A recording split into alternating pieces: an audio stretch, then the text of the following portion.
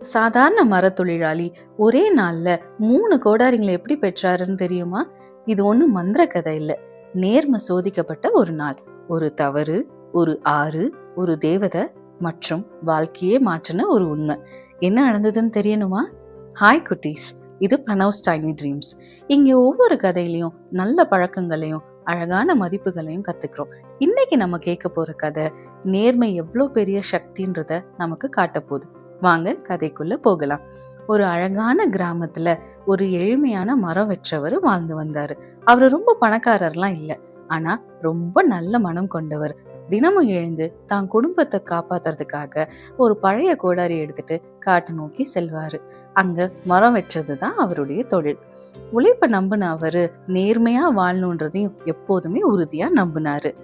காட்டோட அமைதியில அவர் மரங்களை எப்போதும் வெட்டிக்கிட்டு இருப்பாரு. பறவைகளோட குரல், காற்றினோட இசை, இயற்கையோட அழகு எல்லாம் அவருக்கு எப்போதுமே மகிழ்ச்சியை தான் கொடுத்தது. அவர் எவ்வளவுதான் சோர்வா இருந்தாலும் அவரோட சிரிப்பை அவர் இழக்கவே இல்லை. ரொம்ப எளிமையான வாழ்க்கை தான், ஆனா அவர் மனசு நிறைந்த சந்தோஷம் இருந்தது. அவர் உழைக்கிறத பணத்துக்காக மட்டும் இல்ல, அவரோட குடும்பத்தோட மகிழ்ச்சிக்காகவும் தான். ஒரு நாள் அவர் ஆத்துக்கு அருகில மரம் வெட்டிட்டு இருந்தார். திடீர்னு அவர் கையில இருந்த கோடாரி வழுக்கி ஆத்துக்குள்ள விழுந்துருச்சு. நீர்ல அந்த கோடாரி அடிச்சிட்டு போயிருச்சு. இப்ப என்ன செய்யறதுனே தெரியாம அவர் ரொம்ப வருத்தப்பட்டாரு. அந்த ஆற்றுக்கு பக்கத்திலேயே உட்கார்ந்து, இப்ப நான் என்ன பண்ணுவேன், எப்படி என் குடும்பத்தை காப்பாத்துவேன் அப்படின்னு ரொம்ப உடைஞ்சு போயிட்டாரு. கண்ணுல கண்ணீரோட கவலையா இருந்தாரு. அப்போது ஆற்றில இருந்து ஒரு ஒளி தோன்றுச்சு. அந்த ஒளி மெதுவா நீர்ல இருந்து ஒரு தேவதையா மேல வந்துச்சு. அதை பார்க்க ரொம்ப ஆச்சரியமா இருந்தது. அந்த தேவதை அவரை பார்த்து, நீ ஏன் கவலையில இருக்க அப்படின்னு கேட்டாங்க. அதுக்கு அந்த மரம் வெற்றவரு நடந்த எல்லாத்தையும் சொன்னாரு. தேவதை உடனே நீருக்குள்ள மூழ்கி ஒரு தங்க கோடரியை எடுத்துட்டு வந்து கொடுத்தாங்க.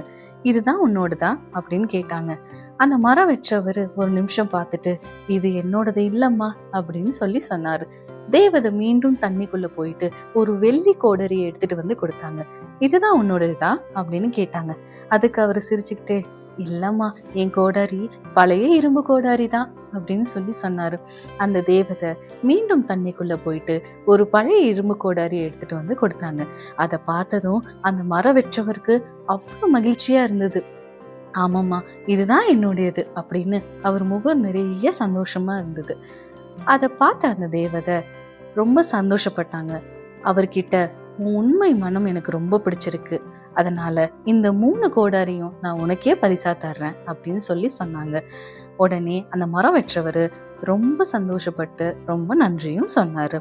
குட்டீஸ், இதுல இருந்து நம்ம என்ன தெரிஞ்சுக்கிட்டோம்? நேர்மை மட்டும்தான் எப்போதுமே நம்மளை வெற்றி அடைய வைக்கும். எந்த சூழ்நிலையிலுமே நம்ம உண்மை மட்டும்தான் பேசும். அப்பதான் இந்த உலகம் நம்மள மதிக்கும். நேர்மையான வழியில போனாதான் நம்மளால வாழ்க்கையில உயர முடியும். புரிஞ்சுதா? இந்த மாதிரி கதைங்க உங்களுக்கு பிடிச்சிருந்ததுன்னா நம்ம பிரணவ்ஸ் டைனி ட்ரீம்ஸ் சேனலுக்கு சப்ஸ்கிரைப் பண்ணிக்கோங்க. தேங்க்யூ.